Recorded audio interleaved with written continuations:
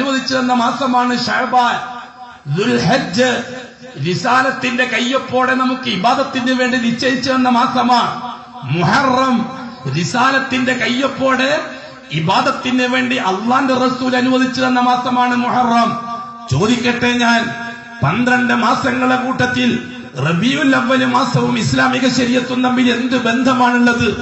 ഏത് കാര്യത്തിലുള്ള ബന്ധമാണുള്ളത്? മുഹമ്മദി റിസാലത്തിന്റെ കയ്യൊപ്പോടെ റബീഉൽ അവ്വൽ എന്ന ഒരു മാസത്തിന് എന്തെങ്കിലും ഒരു തരത്തിലുള്ള ഇബാദത്തിന് ഏതെങ്കിലും ഒരു പ്രോത്സാഹനം മുഹമ്മദ് മുസ്തഫ തങ്ങൾ നമുക്ക് തന്നിട്ടുണ്ടോ? മുഹമ്മദ് മുസ്തഫ തങ്ങൾക്ക് ശേഷം ഖുലഫാഉർ റാഷിദ തന്നിട്ടുണ്ടോ? ഖുലഫാഉർ റാഷിദയ്ക്ക് ശേഷം സഹാബത്ത് തന്നിട്ടുണ്ടോ? അത് കഴിഞ്ഞിട്ട് താബിഈങ്ങൾ തന്നിട്ടുണ്ടോ? അത് കഴിഞ്ഞിട്ട് തബഉ താബിഈങ്ങൾ തന്നിട്ടുണ്ടോ? റബീഉൽ അവ്വൽ മാസം 1-ാം നൂറ്റാണ്ടുകാർ ചർച്ച ചെയ്തില്ല. റബീഉൽ അവ്വൽ മാസവുമായി ബന്ധപ്പെടുത്തിക്കൊണ്ട് ഒരു ഇബാദത്തും 1-ാം നൂറ്റാണ്ടിൽ നടന്നില്ല, 2-ാം നൂറ്റാണ്ടിൽ നടന്നില്ല, 3-ാം നൂറ്റാണ്ടിൽ നടന്നില്ല, 4-ാം നൂറ്റാണ്ടിൽ നടന്നില്ല, 5-ാം നൂറ്റാണ്ടിൽ നടന്നില്ല.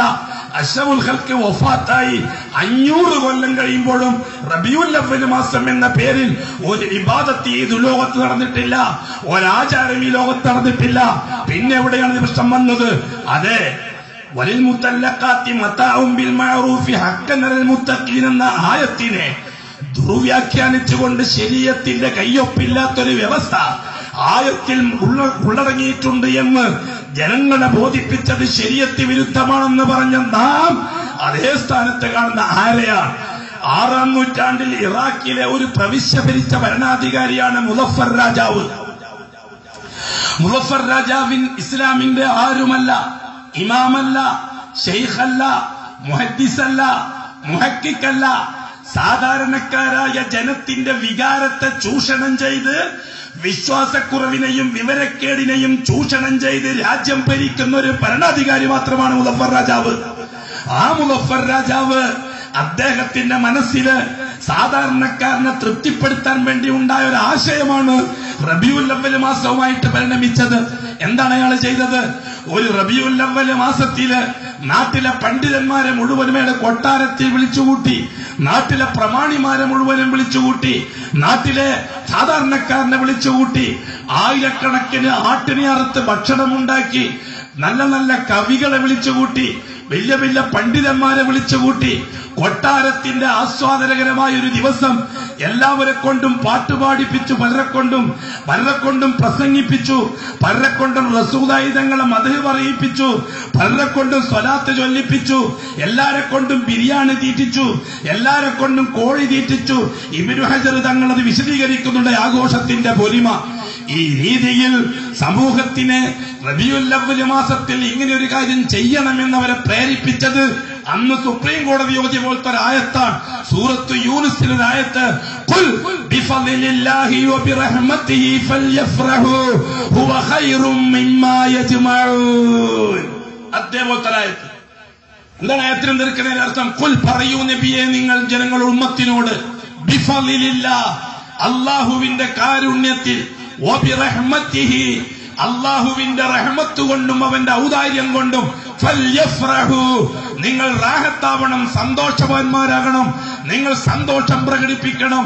ഹുവ ഖൈറും മിമ്മാ യജ്മഊൻ അവർ ഒരുമിച്ച് കൂട്ടുന്ന സകല സമ്പാദ്യങ്ങളെക്കാളും അത് ഖൈറാൻ എന്ന ഈ ആയത്തിന് മുളഫർ രാജാവിന്റെ കൊട്ടാര പണ്ഡിതന്മാര് അതിനു മുമ്പുള്ള 4-ാം നൂറ്റാണ്ടുകാർ കണ്ടിട്ടില്ലാത്ത, 3-ാം നൂറ്റാണ്ടുകാർ വെച്ചിട്ടില്ലാത്ത, 2-ാം നൂറ്റാണ്ടുകാർ വെച്ചിട്ടില്ലാത്ത, 1-ാം നൂറ്റാണ്ടുകാർ വെച്ചിട്ടില്ലാത്ത, തബഉ താബിഈങ്ങൾ വെച്ചിട്ടില്ലാത്ത, താബിഈങ്ങൾ വെച്ചിട്ടില്ലാത്ത, സഹാബാക്കൾ വെച്ചിട്ടില്ലാത്ത, ബഹുമാനപ്പെട്ട അഷ്റഫുൽ ഖൽഖ് വെച്ചിട്ടില്ലാത്ത അർത്ഥം. എന്താണ് അർത്ഥം? ആ പറഞ്ഞ ആയത്ത് റബീഉൽ അവ്വൽ മാസത്തിലാണ് നബി തങ്ങൾ ജനിച്ചത്. ആ നബി തങ്ങളുടെ ജന്മത്തിൽ നിങ്ങൾ സന്തോഷം പ്രകടിപ്പിക്കണമെന്നാണ് പറഞ്ഞത്. ആ ആയത്ത് വെച്ചുകൊണ്ടാണ് റബീഉൽ അവ്വൽ ആഘോഷം സംഘടിപ്പിച്ചത് മുളഫർ രാജാവ്. ഈ ആയത്ത് യൂനുസ് സൂറത്തിലെ 59-ാമത്തെ ആയത്താണ്. 58-ാമത്തെ ആയത്തും കൂടി വായിച്ചാൽ ഈ ആയത്ത് ഖുർആൻ ഷരീഫിനെ സംബന്ധിച്ചും ഇസ്ലാം ദീനിനെ സംബന്ധിച്ചുമാണെന്ന് വിശദമാക്കാൻ സാധിക്കുന്നതാണ്. അതിന്റെ മുൻപിൻ ബാക്കികൾ അടർത്തി മാറ്റി ആയത്ത് മാത്രം എടുത്ത് സാധാരണക്കാരന്റെ മുമ്പിൽ വെച്ചു കൊടുത്തപ്പോൾ ഖുർആൻ പറഞ്ഞല്ലേ നബിദിനാഘോഷം നടത്താൻ, ഖുർആൻ പറഞ്ഞല്ലേ മുട്ടായി വിതരണം, ഖുർആൻ പറഞ്ഞല്ലേ പച്ചത്തോരണം കെട്ടാൻ, ഖുർആൻ പറഞ്ഞല്ലേ റോട്ടുമലി മൈക്ക് കെട്ടിയിട്ട് സിസ്കോ ഡാൻസ് നടത്താൻ, ഖുർആൻ പറഞ്ഞല്ലേ മുള കെട്ടിയിട്ട് തൂണ് കെട്ടിയിട്ട് മാല കെട്ടാൻ, ഖുർആൻ പറഞ്ഞല്ലേ ബിരിയാണി വെക്കാൻ. അതെ, മുളഫർ രാജാവ് തന്റെ അനുയായികളെ തൃപ്തിപ്പെടുത്താൻ ചെയ്ത ആയത്തിന്റെ ദുർവ്യാഖ്യാനം റബീഉൽ അവ്വൽ മാസവുമായി ബന്ധപ്പെടുത്തിക്കൊണ്ട് ചെയ്തതും സുപ്രീം കോടതി ചെയ്തതും തമ്മിൽ നമുക്ക് എന്താണ് വ്യത്യാസം? അതാണ് വിഷയം. സുപ്രീം കോടതി